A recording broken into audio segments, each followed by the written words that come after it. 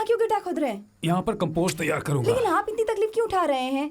एक नौकर को बुलाकर करवा लेते तो क्या जाता? आदमी को बुलाने पर उसे पैसे भी देने पड़ते हैं। अगर ज्यादा पैसे कमाते होते ना तो इस तरह की तकलीफें नहीं उठानी पड़ती। तुम्हारे जैसी औरत ना बस पैसों के बारे में ही सोचती है। दुनिया के हिसाब से अगर नहीं चलेंगी तो कैसे चलेगा? देखो, मिट्टी की महिमा तुम नहीं जानती हो। मैं भी जानती हूँ, मैं भी फिल्म देखती हूँ। बचपन से ही मेहनत करने की आदत है और इसी मेहनत के बल पर ही बचपन से कमा कमा कर मैंने ये सब सारी जायदाद खरीदी है। आज 10 सेंटीमीटर खरीदना भी आसान काम नहीं है। इतनी बड़ी जमीन तो भूल ही जाओ। आज की सबसे बड़ी समस्या है इंसान को मिलने वाली सुविधाएं। लोगों में इसीलिए बीमारियां बढ़ती जा रही हैं।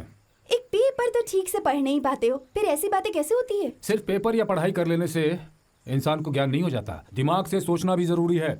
हमारे आसपास में जितनी भी हेलो, ज्यादा बातें बनाने की जरूरत नहीं है। यहीं पर स्वर्ग है, ये फिल्म मैंने भी देखी है।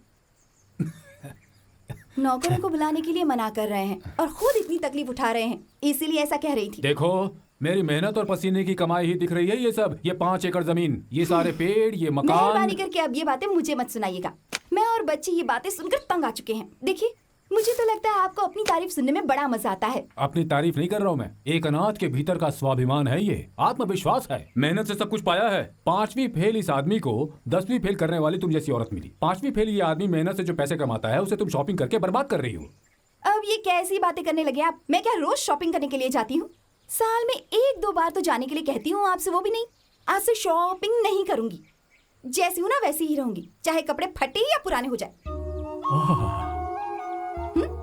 अब ऐसे क्यों हंस रहे हैं? मैं ये सोच रहा हूँ क्या?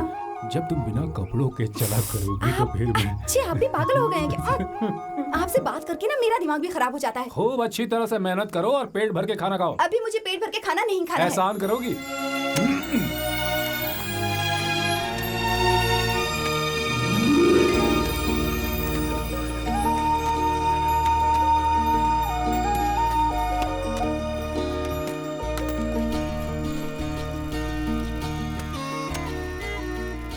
ए मनीष, तुम यहाँ पर क्या कर रहे हो भाई? ऐसे ही खड़ा था बस।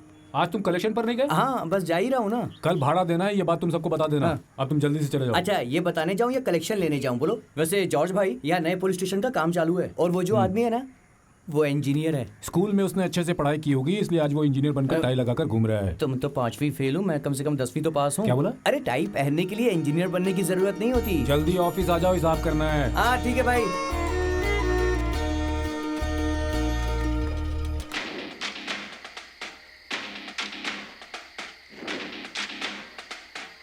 भाई एक चाय देना। हाँ रघु, एक चाय ला। हाँ लाया। साहब, ये काम खत्म नहीं, होने थोड़ा यहाँ रुकिए, और रुकिए। कितना वक्त 6 लगेगा? महीना तो लगेगा। जल्दी खत्म किया तो फायदा नहीं होगा।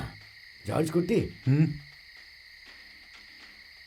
ये सोमू है। हाँ। इस नए पुलिस स्टेशन के कॉन्ट्रैक्टर हैं। हाँ। मैं सब कॉन्ट्रैक्टर हूँ, ये सिविल वर्क करता हूँ। मेरे ऊपर एक और कॉन्ट्रैक्टर है। हाँ। आप क्या काम करते हैं? मैं एक ये जॉर्ज कुट्टी है। हाँ। हाँ। इस एरिया का केबल टीवी नेटवर्क इन्हीं का है। ओह। और उस बिल्डिंग के कोने में इनका ऑफिस है। ये बहुत ही अच्छे आदमी हैं, जैसे आप हो वैसे ही ये। अरे जॉर्ज भाई, घर से फोन आया है। रात में आप यहीं रुकोगे या फिर घर जाओगे? मैं यहीं पर रहूंगा। ठीक है, बोल देता हूँ। आप यहीं रहेंगे क्या? मैं थोड़ी देर के लिए यहाँ पर रहूंगा। हाँ। सबके सो जाने के बाद रात में फिल्म दिखाने का काम इन्हीं का है। तो आप घर नहीं जाते क्या? भाई साहब मजाक कर रहे हैं। यहाँ रात में कोई ना कोई तो चाहिए ना।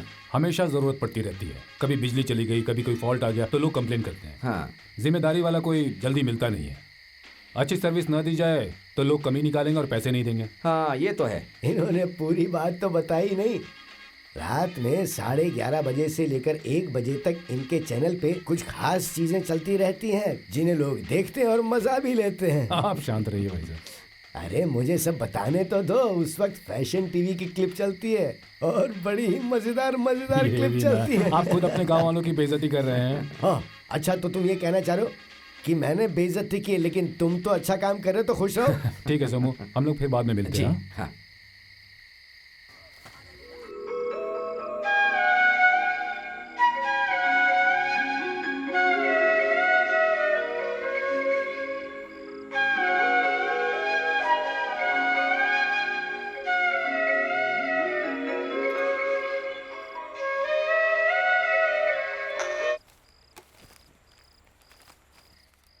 सुनो, हाँ मैं जरा घर जा रहा हूँ। मेरे सिर में दर्द हो रहा है, तुम यहाँ संभाल लेना। ठीक है।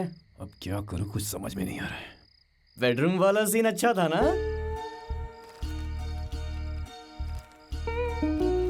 इस निकम्मे को सब कुछ पता है।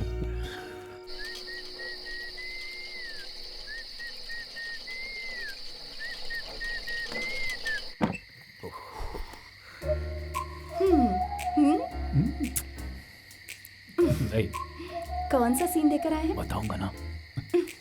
इस तरह अंदर आ रहे हैं, बताइए कौन सा सीन देखा? बेडरूम सीन था या नहाने वाला? अरे बताऊंगा ना, कह रहा हूं ना। मुझे पता है आज क्या होने वाला है।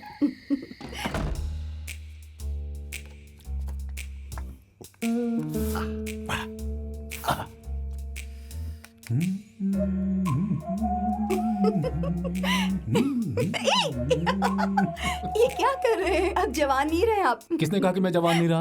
मैं अपने मन में हमेशा खुद को 17 साल का ही समझता रहता हूँ। समझ गई?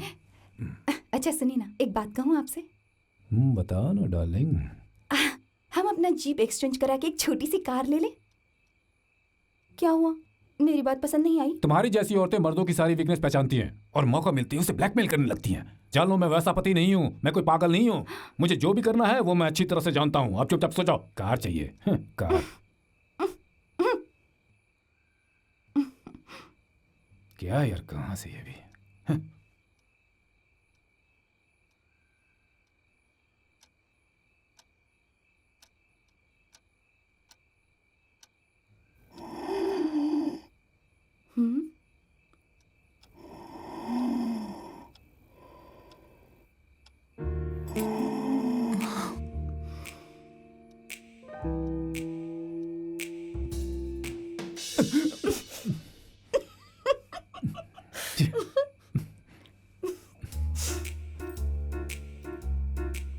कार चाहिए तुम्हें? कार? मैंने फैसला कर लिया है। तो बताइए क्या फैसला किया? कार सेकंड हैंड खरीद लेंगे। हटिए जी। अरे नए की कीमत बहुत ज्यादा है। सुनो। हटिए। अरे सुनो ना। हटिए ना। अरे तुम कहाँ हो?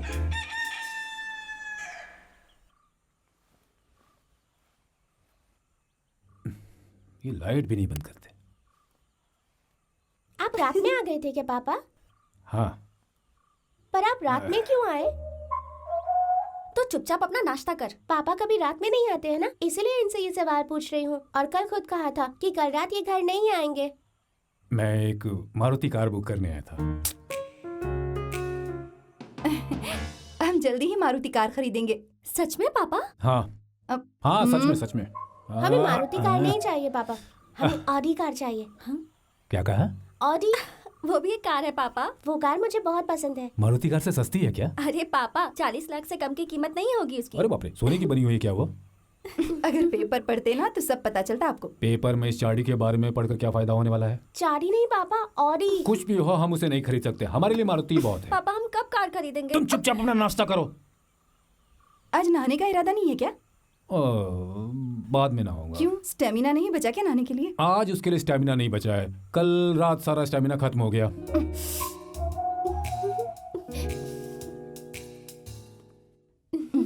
हाँ, कल रात में साइकिल चला कर आया था ना यहाँ, उसमें सारा स्टेमिना खत्म हो गया। ओहो। मम्मी, आपको स्विमिंग क्लब के बारे में बताया था ना? मैंने तुमसे कल ही मना किया था ना। पापा, मम्मी को बोलो ना मुझे वहाँ जाने दें। क्या है बताओ मुझे। अगले महीने एक स्विमिंग क्लब का कंपटीशन होने वाला है। यहाँ के कई स्कूलों के बहुत सारे लड़के लड़कियाँ उसमें पार्टिसिपेट कर रहे हैं। हमारे स्कूल में से 2 लोगों का सिलेक्शन हुआ है और उसमें से एक मैं हूँ। स्विमिंग कंपटीशन में क्या मिलेगा बेटा तुम्हें? उसके बदले यहाँ बैठकर आराम से पढ़ाई करो। पापा, माँ से कहिए ना। अगर कोई ये सोचता है कि किताब में छपी अक्षरों को पढ़ने से दिमाग बढ़ता है तो वो बिल्कुल गलत है। करोड़ों लोगों की जनसंख्या वाला इस देश में आज भी ऐसे लोगों की संख्या करोड़ों में है जो निरक्षर हैं। हमारा ये देश ऐसा है जिसमें किताबी ज्ञान से ज्यादा मायने रखता है अनुभव से प्राप्त किया हुआ ज्ञान, और यही असली ज्ञान है। लेकिन तुम्हारी जैसी 10वीं फेल महिला कभी भी ये सच्चाई समझ नहीं सकती, क्योंकि इसके लिए सेंस चाहिए, सेंसिबिलिटी चाहिए, सेंसिबिलिटी चाहिए। वाह, कमाल कर दिया पापा। ठीक है, कोई बात नहीं। कैंप में भेजना है ना, भेज दीजिए, पर फीस 1500 रुपए है, याद रखिएगा।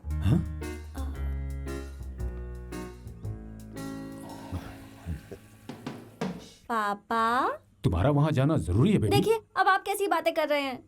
ठीक है। अरे आप लोग अभी तक नहीं गए? स्कूल टाइम पर पहुंचना चाहिए ना बेटा।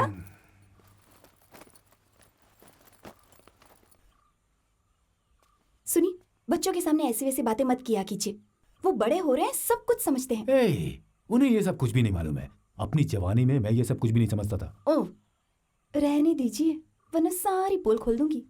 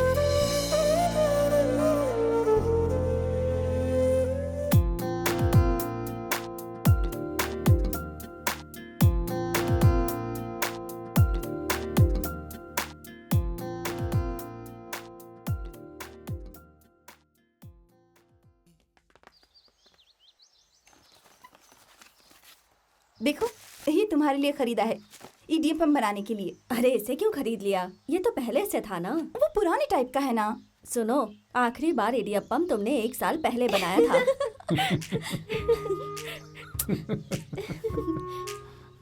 ये क्या है जॉर्ज बेटा?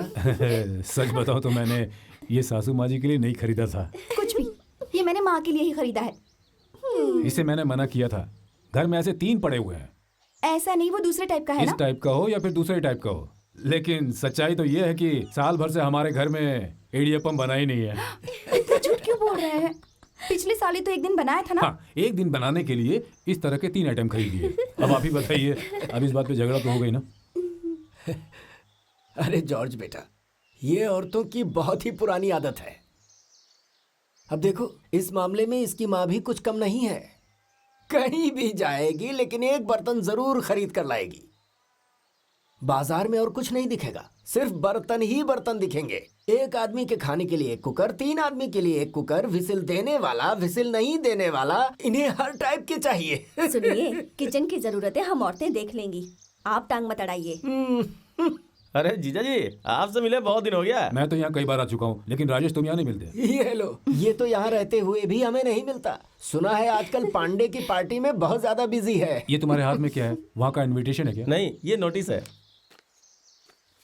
नागेश्वर पांडे, एक्स MLA, शेरी के करमडाई के साफ सफाई का काम करने के लिए। क्या है ये बताओ तो। यहाँ से 10-15 किलोमीटर दूर नासिक के पास में एक छोटा सा गांव बसा हुआ है। वहाँ डेवलपमेंट का कुछ काम होने वाला था, लेकिन वहाँ का जमींदार रोड अटका रहा है। मामला कोर्ट में गया तो वहाँ कुछ प्रॉब्लम फंस गई। अब हम लोग ही मिलके उसे सॉल्व करने की सोची है। लगता है राजेश आजकल समाज सेवा का काम कर रहा ये है। कोई समाज सेवा नहीं है, बल्कि राष्ट्र सेवा स्वच्छ भारत अभियान है, जिसमें आजकल ये बहुत ही ज्यादा बिजी हैं अपने दोस्तों को भी साथ लेकर के। अब ये लोग तो जी जान से जुटे हैं इस काम में, लेकिन भ्रष्ट नेता इन्हें ठीक तरह से अपना काम ही नहीं करने दे रहे, क्योंकि अगर सब कुछ ठीक हो गया तो उन्हें कमीशन कैसे मिलेगा? यहाँ का MLA तो पहले से ही रईस है, वो इतने पैसों का क्या करेगा? वो आदमी वहाँ फिश फार्म बनाएगा। पारामढ़ी में फिश फार्म बनाएगा? क्यों? गांव में पहले से ही तालाब है, उसे ही फिश फार्म में बदल देंगे। ये है हमारे राजेश। पिताजी ने सही कहा, राजेश राष्ट्रीय सेवा करना चाहता है। अरे बेटा जॉर्ज, ये चाहती हैं कि बच्चों को हम सेंट जोसेफ पब्लिक स्कूल में पढ़ाएं। और वैसे भी आजकल कोई भी अपने बच्चों को छोटे मोटे स्कूल में तो पढ़ाना नहीं चाहता। अरे वो तो बहुत अच्छा स्कूल है जॉर्ज। हाँ, लेकिन ये लड़कियां तो अभी इंग्लिश मीडियम स्कूल में पढ़ रही हैं। उस स्कूल में क्या प्रॉब्लम है ये मुझे समझ में नहीं आ रहा। पता है पिछले 15 सालों से सेंट जोसेफ स्कूल में 100% लड़के पास हुए हैं, लेकिन ये स्कूल वैसा नहीं है। पर हमारे स्कूल ने भी 2 प्राइजेस जीते हैं। देखो, स्कूल में कोई प्रॉब्लम नहीं होता। जो बच्चे नहीं पढ़ते हैं वो लोग फेल हो जाते हैं। स्कूल उसमें क्या कर सकता है? बाबूजी, आजकल के माँ बाप की सोच बिल्कुल अलग है। इन लोगों के हिसाब से जिस स्कूल का फीस ज्यादा हो वो स्कूल अच्छा होता है। अब इसमें उनको क्या फायदा होता है मेरी समझ में नहीं आ रहा। ये भी बिल्कुल वैसी ही है। पढ़ने वाली लड़कियां कहीं भी पढ़ेंगी। सही कहा ना? हाँ, ये भी हाँ। सही है। आप अभी पैसे खर्च नहीं करना चाहते, यही बात है ना? अगर ऐसा होता तो मैं इन्हें गवर्नमेंट स्कूल में भर्ती करवा देता, लेकिन देख लिया ना, ऐसा नहीं है। जहाँ हर तरह की सुविधा है वैसे इंग्लिश मीडियम स्कूल में इन्हें पढ़ा रहा हूँ, लेकिन दुनिया की सैर करवा सकूं उतना पैसा नहीं है मेरे पास। आप कुछ भी कहे ना, इनके पास उसका जवाब होता ही है। आजकल दूसरों को देखकर हमें जीना सीखना चाहिए कि नहीं? तभी तो हमारी भी हिम्मत बढ़ेगी। दुनिया के साथ चलना बहुत जरूरी है। पता नहीं ये बात कब समझेंगे। कुछ भी कह लो, ये बात ये मुझे जरूर समझाएंगी। वैसे मैं दुनिया के साथ साथ चलता तो मुझे तुमसे शादी करते वक्त दहेज लेना चाहिए था।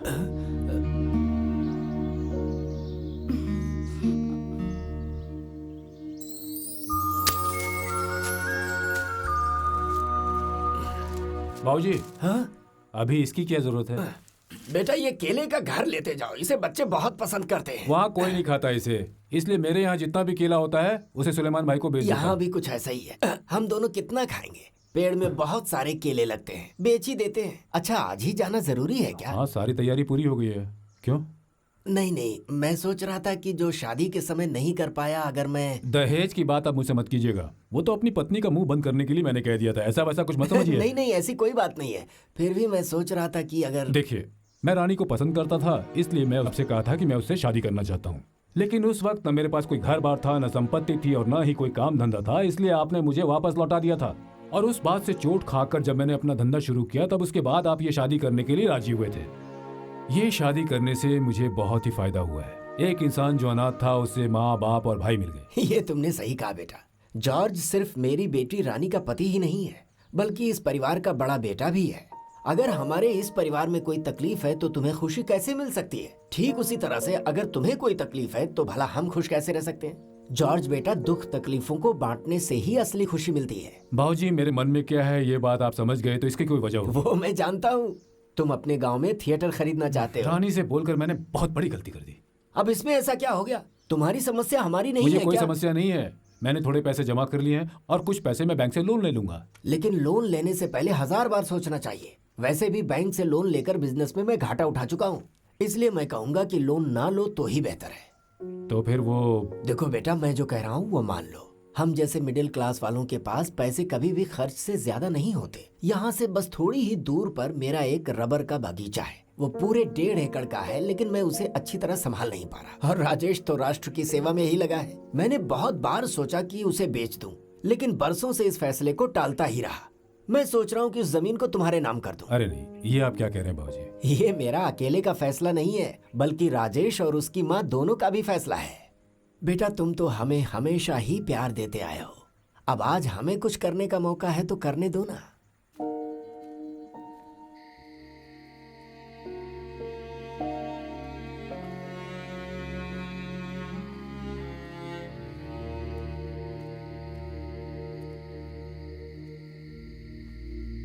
किस सोच में डूबे हैं आप? थिएटर वाली बात तुमने बाबूजी को क्यों बता दी? ऐसी बात नहीं है। मेरे कहने से वो ये सब दे रहे हैं, ऐसा बिल्कुल भी नहीं है। हमारी शादी होने के बाद उन्होंने कुछ भी नहीं दिया, बस यही सोचते रहते हैं। आप ही सोचिए, जब हमारी बेटियों की शादी होगी तो क्या हम उन्हें खाली हाथ भेजेंगे? हमारी हैसियत के हिसाब से कुछ न कुछ तो देंगे ना, चाहे पैसे हो या ना हो। मुझे उनसे ऐसे पैसे लेना बिल्कुल अच्छा नहीं लग रहा है। बिल्कुल भी नहीं, वैसा कुछ भी नहीं है। जरा इस चांद को देखिए, यही हमारी जिंदगी में रोशनी देगा। हम जमीन बेच देंगे और एक थिएटर बनाएंगे। आज जो केबल टीवी का एक मैनेजर है जॉर्ज कुट्टी, वो कल एक थिएटर का मालिक बन जाएगा। वहाँ कोई दूसरा आदमी काम नहीं करेगा, सब कुछ हम देख लेंगे। आप कभी नहीं सुधरेंगे। जैसे दुनिया चलती है हमें वैसे ही चलना पड़ेगा। ये क्या तुम हमेशा चलते रहने की बात करती रहती हो? वो सामने सड़क दिख रही ना तुम्हें, जाओ उस पर चलते रहो। मैं सोने जा रही हूँ। आपको समझाने का कोई फायदा नहीं। जाओ।